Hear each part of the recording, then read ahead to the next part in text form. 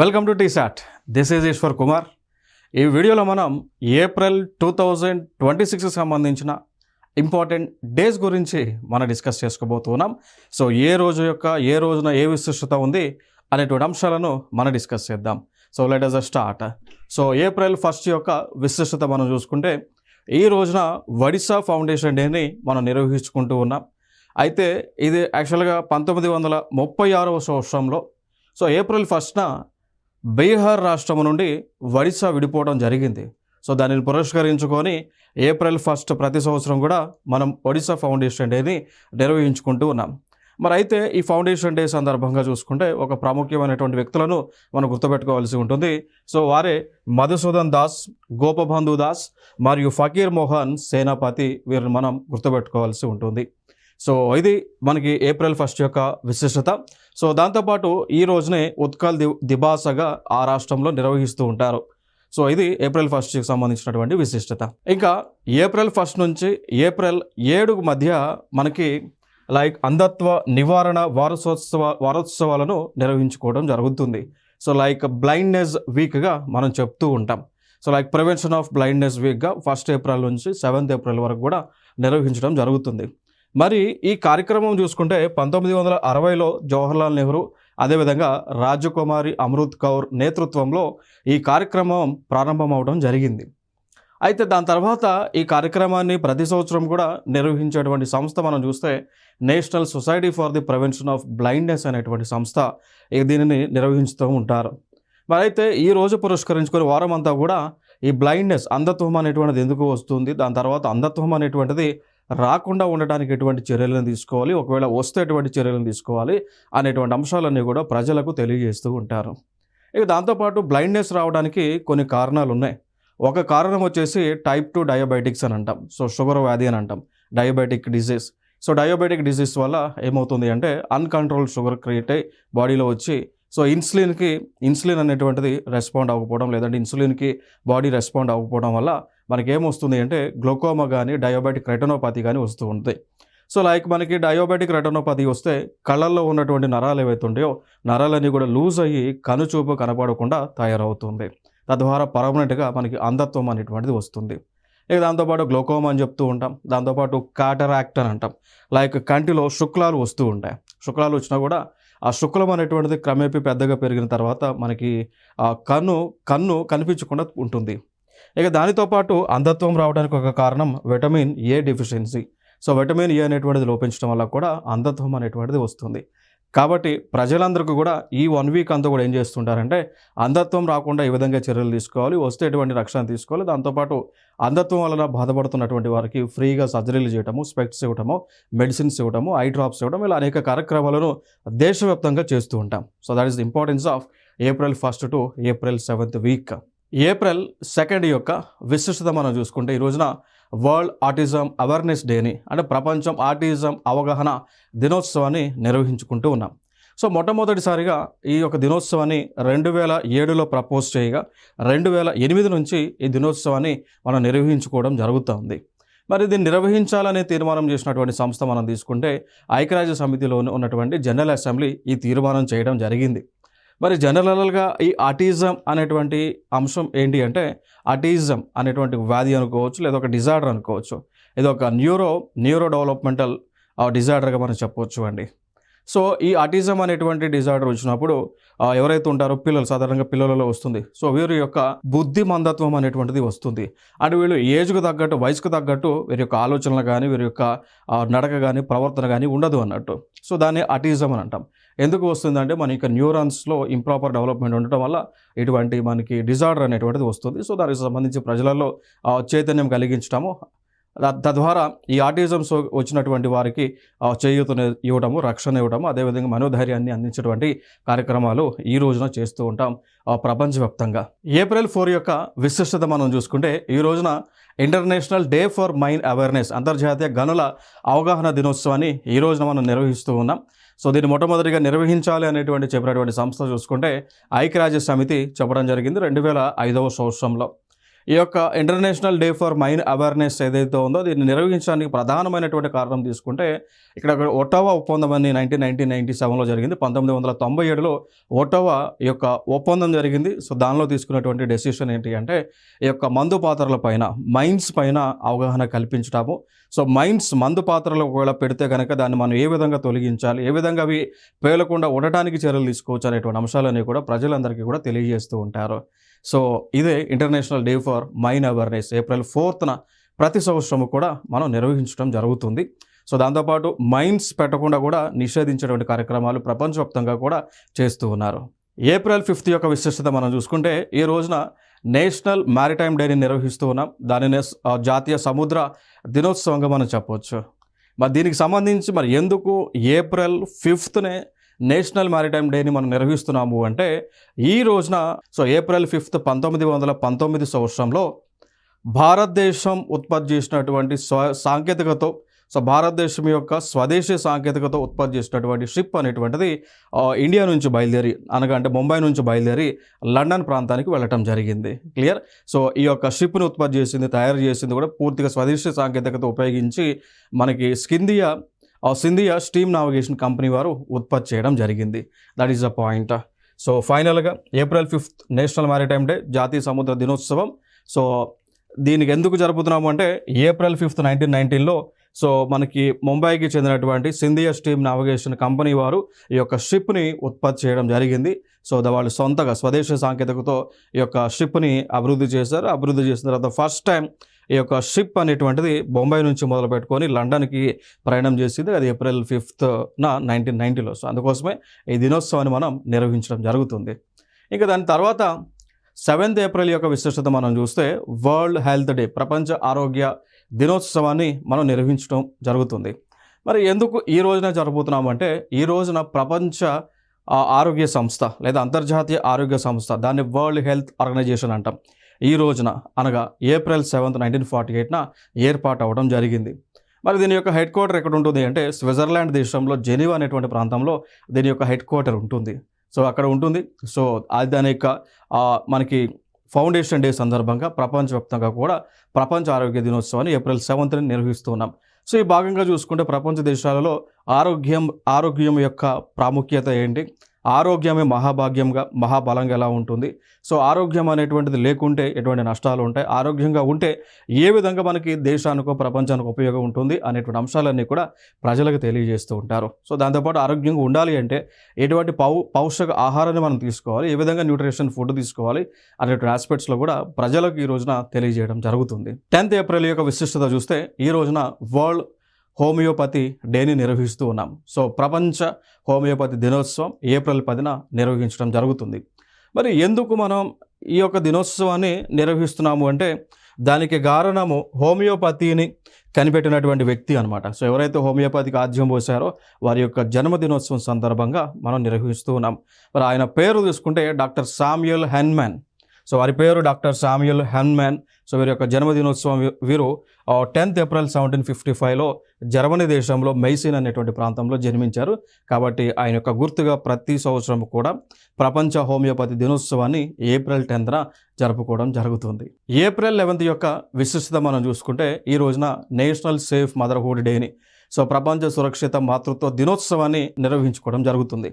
So ఈ రోజున మనం తీసుకుంటే లైక్ ప్రజలలో ప్రసూతి ఆరోగ్యానికి సంబంధించి, లైక్ ప్రెగ్నెన్సీ సంబంధించి, హెల్తీ ప్రెగ్నెన్సీ సంబంధించి, అదేవిధంగా గర్భధారణ సంరక్షణ సంబంధించి, దాంతోపాటు సురక్షితమైనటువంటి ప్రసవం సేఫ్టీ డెలివరీకి గురించి అవగాహనను పెంచడం జరుగుతుంది ఈ రోజున.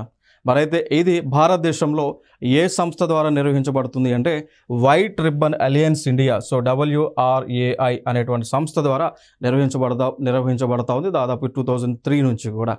సో ఫైనల్గా ఈ రోజున ఏం చేస్తారు, భారతదేశంలో ఉన్నటువంటి ప్రెగ్నెంట్ లేడీస్ ఎవరైతే ఉన్నారో, లాక్టేటింగ్ మదర్స్ ఎవరైతే ఉన్నారో వారందరికీ కూడా అవగాహన కల్పించడం, ఏ విధంగా పౌష్టిక ఆహారం తీసుకోవడం, ఏ విధంగా వారు హెల్తీగా ఉండాలి అనేటువంటి ఆస్పెక్ట్స్లో మెడిసిన్స్ ఏం తీసుకోవాలి అనేటువంటి అవగాహన కార్యక్రమాల ద్వారా ప్రజలకు తెలియజేయడం జరుగుతుంది. That is the point. దాంతోపాటు ఇక్కడ మనకి ప్రభుత్వము అనేక కార్యక్రమాలను లాక్టేటింగ్ మదర్స్ సంబంధించి, ప్రెగ్నెంట్ లేడీస్కి సంబంధించి కార్యక్రమాలను అందిస్తూ ఉన్నారు. సో అవి చూసుకుంటే ఒకటి జనని సురక్ష యోజన, JSY అని అంటాం. సో జనని సురక్షణ యోజన ద్వారా మనకి ఇన్స్టిట్యూషనల్ డెలివరీస్ని అంటే హాస్పిటల్స్లో డెలివరీ అయ్యే విధంగా తగు చర్యలు తీసుకుంటూ ఉన్నారు. సో ఎవరైతే మనకి ప్రెగ్నెంట్ లేడీస్ ఉంటారో వారికి ఏమైనా పెయిన్స్ కనుక వచ్చుంటే వెంటనే సంబంధిత వర్కర్స్ ఎవరైతే ఉంటారో, ఆశా వర్కర్స్ ఎవరైతే ఉంటారో వాళ్ళు రెస్పాండ్ అవ్వటము, తద్వారా అక్కడ నేరుగా వారిని హాస్పిటల్స్ తీసుకుని అక్కడ ఇన్స్టిట్యూషనల్ డెలివరీ సేఫ్గా డెలివరీ అయ్యే విధంగా చేస్తూ ఉన్నారు. అదే స్కీమ్ జనని సురక్ష యోజన.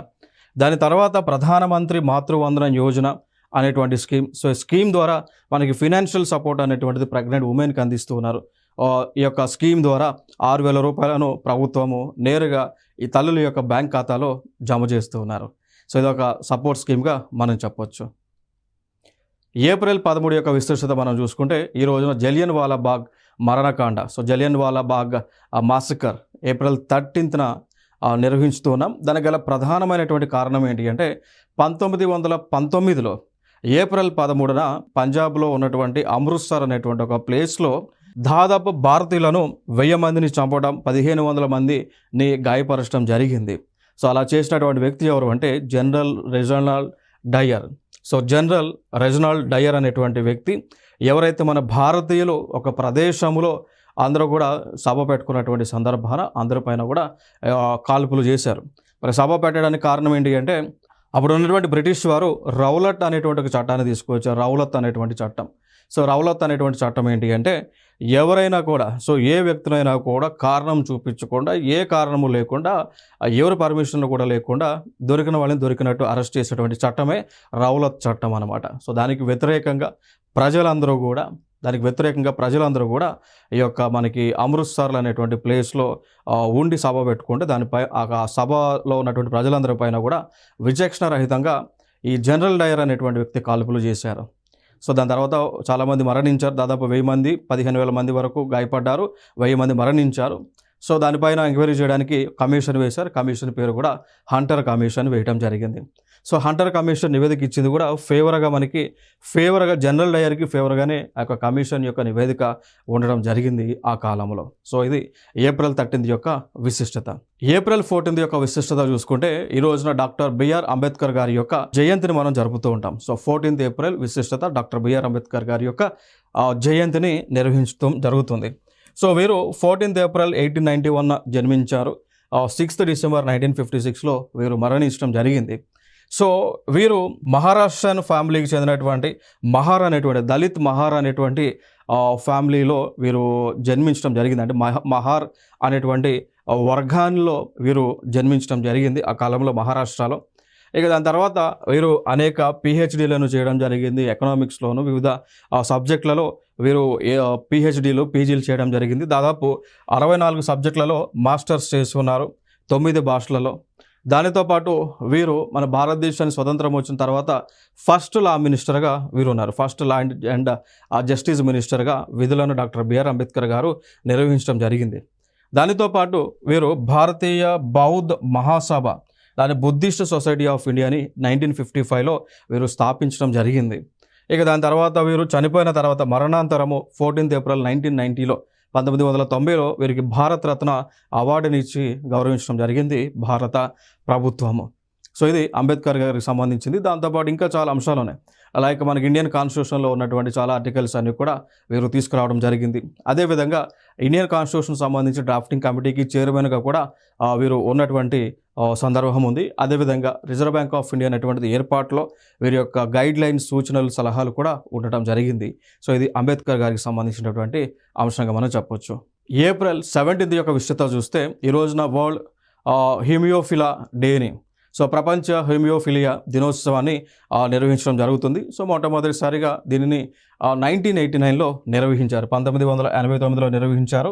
అయితే దీనిని నిర్వహించండి అని ఒక మనకి చెప్పినటువంటి గైడ్లైన్స్ ఇచ్చినటువంటి సంస్థ వరల్డ్ ఫెడరేషన్ ఆఫ్ హిమోఫీలియా అనేటువంటి సంస్థ. వీరి ఆధ్వర్యంలో ప్రపంచవ్యాప్తంగా కూడా నిర్వహించడం జరుగుతున్నారు. అసలు హిమోఫీలియా అంటే ఏంటి అంటే రక్తము గడ్డగట్టకపోవటము, దాన్ని హిమోఫీలియా అని పిలుస్తూ ఉంటాం. సో మన బాడీలో ఉన్నటువంటి రక్తము గడ్డగట్టాలి.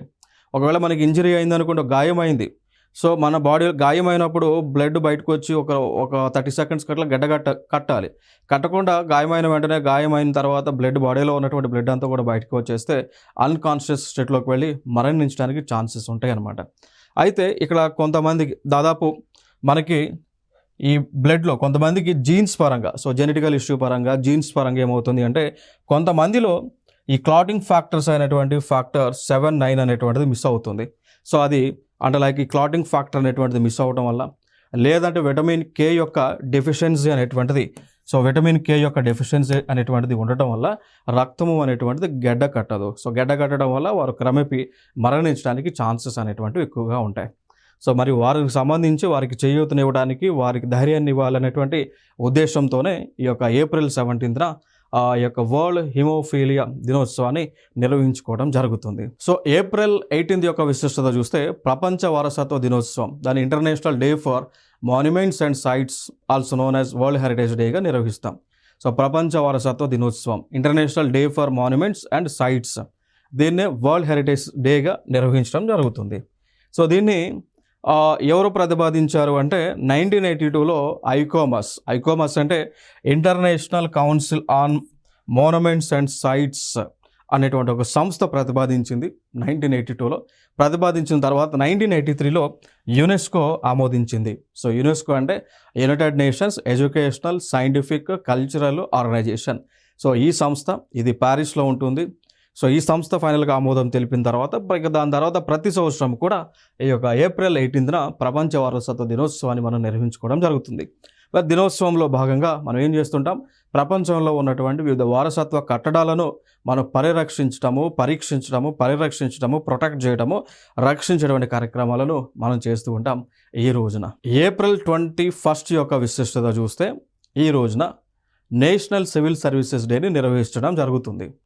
మరి ఎందుకు ఈ రోజునే అంటే ఏప్రిల్ 21నే నేషనల్ సివిల్ సర్వీసెస్ డేని నిర్వహిస్తున్నాము అంటే 1947 సంవత్సరంలో అంటే ఏప్రిల్ 21 1947లో ఢిల్లీలో మెట్కాల్ఫ్ అనేటువంటి ఒక బిల్డింగ్ ఉంటుంది.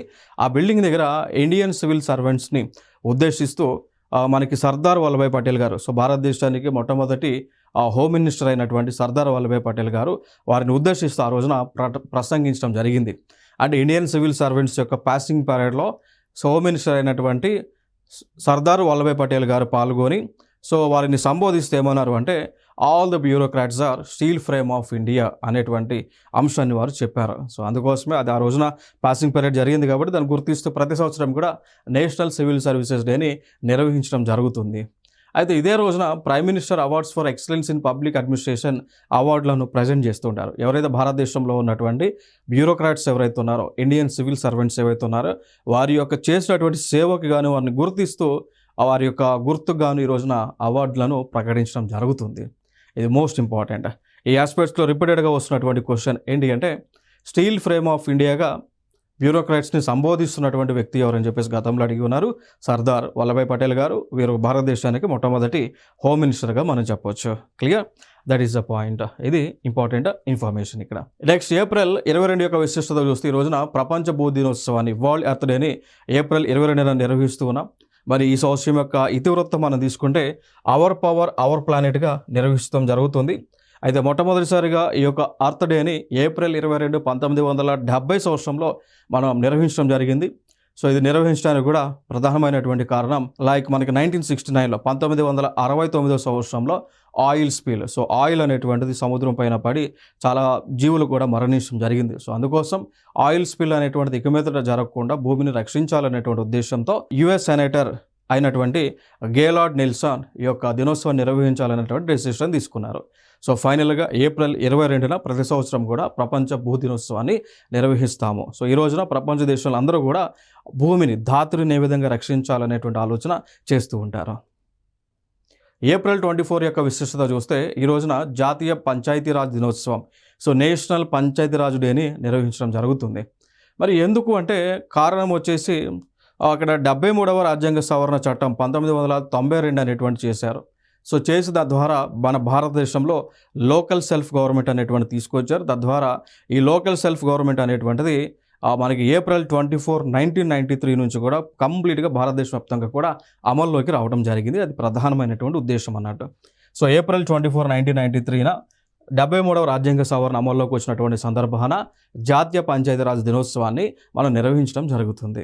ఈ పాయింట్ ఆఫ్ వ్యూలో కొన్ని స్కీమ్స్ కూడా లాంచ్ చేసుకున్నాం. రాష్ట్రీయ గ్రామ స్వరాజ్ అభియాన్ అనేటువంటి స్కీమ్, దీని ద్వారా గ్రామ పంచాయతీలను అభివృద్ధి చేయటము. ఈ పంచాయతీ మిషన్ మోడ్ ప్రాజెక్ట్ అని లాంచ్ చేసుకున్నాం. సో లైక్ పంచాయతీ వ్యవస్థ మొత్తాన్ని కూడా డిజిటలైజేషన్ చేసి ఆన్లైన్ ద్వారానే సేవలను అందిస్తూ ఉన్నాం. దాని తర్వాత మిషన్ అంత్యోదయాన్ని లాంచ్ చేసి సో పేదరికంలో ఉన్నటువంటి వారిని, సో లైక్ ఆ పేదరికం అంటే poorest of the poor people ఎవరైతే ఉన్నారో వారికి మనం సోషల్ సర్వీస్ అనేటువంటి అందిస్తూ ఉన్నాం. దాంతోపాటు గ్రామ సభను కూడా నిర్వహిస్తున్నాం. ప్రతి 6 నెలలకు గ్రామ సభ నిర్వహించి సో గ్రామ సభలలో 18 years కంటే ఎక్కువ ఉన్నటువంటి వారు పాల్గొనే విధంగా చర్యలు తీసుకొని తద్వారా ఈ ప్రజల యొక్క సమస్యలను ఈ యొక్క గ్రామ సభల ద్వారా పరిష్కరిస్తూ ఉన్నాం. సో ఇది నేషనల్ పంచాయతీరాజ్ దినోత్సవం యొక్క ఇంపార్టెన్స్. మరి ఈ పంచాయతీరాజ్ ఏర్పడడానికి దినోత్సవాన్ని లైక్ పంచాయతీరాజ్ వ్యవస్థను ఏర్పడడానికి వివిధ కమిటీలను ఏర్పాటు చేస్తున్నాం. గతంలో లైక్ 1957లో బలవంతరాయ్ మెహతా కమిటీని ఏర్పాటు చేస్తాం. సో బలవంతరాయ్ని ఫాదర్ ఆఫ్ పంచాయతీరాజ్గా చెప్తూ ఉంటాం. కారణం ఏంటి అంటే వీరు ప్రపోజ్ చేసినటువంటి 3 tier సిస్టమ్ ఏదైతే ఉందో దాన్ని ఈ రోజున భారతదేశంలో అమలు చేస్తూ ఉన్నాం. 3 tier సిస్టమ్ అంటే లైక్ మనకి జిల్లా స్థాయిలో జిల్లా పరిషత్, డిస్టిక్ లెవెల్లో, దాని తర్వాత మండల స్థాయిలో తీసుకొచ్చాము మండల పరిషత్ అని, దాని తర్వాత గ్రామ స్థాయిలో విలేజ్ పంచాయతీలను తీసుకురావడం జరిగింది. అంటే ఇక్కడ 3 రకాల స్ట్రక్చర్స్ మనం ఇంప్లిమెంట్ చేస్తూ ఉన్నాం. సో అంటే లైక్ లీడర్లను మనం జిల్లా స్థాయిలోనూ, మండల స్థాయిలోనూ, అదేవిధంగా గ్రామ స్థాయిలోనూ ఎన్నుకుంటూ ఉన్నాం. అది 3 tier స్ట్రక్చర్ అంటాం. సో ఇది ప్రపోజ్ చేసినటువంటి వ్యక్తి బలవంతరాయ్ మెహతా గారు, అందుకే వారిని ఫాదర్ ఆఫ్ ది పంచాయతీరాజ్గా మనం చెప్తూ ఉంటాం. అండ్ 1977లో అశోక్ మెహతా కమిటీని లాంచ్ చేశాం. అంటే ఇది కమిటీ నివేదిక ఇచ్చింది. వీరు 2 tier సిస్టమ్ని ప్రపోజ్ చేశారు. 1985లో జీవీకే రావు కమిటీ ప్లానింగ్ రోల్ ఇంపార్టెన్స్ గురించి మాట్లాడారు. 1986లో LM Singhvi committee constitutional status అంటే లైక్ పంచాయతీరాజ్ వ్యవస్థకు రాజ్యాంగబద్ధమైనటువంటి హోదా ఇవ్వాలని ప్రపోజ్ చేశారు. ఇక దాని తర్వాత పీకే తంగన్ కమిటీ 1989లో వీరు ఒక నివేదిక సబ్మిట్ చేశారు. నివేదిక అనుసరించి మనకి 73rd కాన్స్టిట్యూషనల్ అమెండ్మెంట్ యాక్ట్ 73వ రాజ్యాంగ సవరణ చేయడం జరిగింది. సో ఇది మనకి పంచాయతీరాజ్కి సంబంధించిన కమిటీలకు సంబంధించిన అంశం. ఏప్రిల్ 25న ప్రపంచ మలేరియా దినోత్సవం నిర్వహిస్తూ ఉన్నాం. సో ఇది ప్రపోజ్ చేసింది వరల్డ్ హెల్త్ ఆర్గనైజేషన్ వారు 2007లో ప్రపోజ్ చేయడం జరిగింది. మరి మలేరియా అనేటువంటిది దేని వల్ల వస్తుంది అంటే ఒక పారాసైట్, ఒక మస్కిటో వల్ల పారాసైట్ వల్ల వస్తుంది. దాని పేరే ప్లాస్మోడియం పారాసైట్ అనేటువంటి దాని ద్వారా మనకి మలేరియా సంక్రమిస్తుంది. అంటే ప్లాస్మోడియం పారాసైట్ కలిగినటువంటి దోమలు ఏవైతున్నాయో కుడితే తద్వారా ఇది ఒకరి నుంచి ఇంకొకరికి వ్యాప్తి చెంది మలేరియా వస్తుంది. సో మలేరియా వచ్చినప్పుడు రకరకాల సిమ్టమ్స్ ఉంటాయి. హై ఫీవర్ కానీ, చిల్స్ కానీ, హెడేక్స్ తలనొప్పి కానీ, మోషన్స్ డయేరియా కానీ, లేదంటే స్వెట్టింగ్ విపరీతమైనటువంటి స్వెట్ రావడం కానీ, అదేవిధంగా మజిల్ పెయిన్స్ కానీ, ఇవన్నీ కూడా సైడ్ ఎఫెక్ట్స్గా చెప్పవచ్చు మలేరియా వల్ల వచ్చేటువంటివి. అండ్ ఏప్రిల్ 26 యొక్క విశిష్టత చూస్తే ఈ రోజున ప్రపంచ మేధో సంపత్తి దినోత్సవం, సో వరల్డ్ ఇంటలెక్చువల్ ప్రాపర్టీ డేని నిర్వహించడం జరుగుతుంది. సో నిర్వహించమని ప్రపోజ్ చేసినటువంటి సంస్థ World Intellectual Property Organization. So స్విట్జర్లాండ్లో ఉంటుంది. సో జెనీవా దీని యొక్క హెడ్ క్వార్టర్ ఉంది. వీరు ప్రపోజ్ చేయడం జరిగింది. సో ఇవి మనకి ఈ మంత్కి సంబంధించినటువంటి ఇంపార్టెంట్ డేస్. సో ఫర్దర్ వీడియోస్లో సరికొత్త అంశాలతో మీ ముందుకు రావడం జరుగుతుంది. Thank you so much.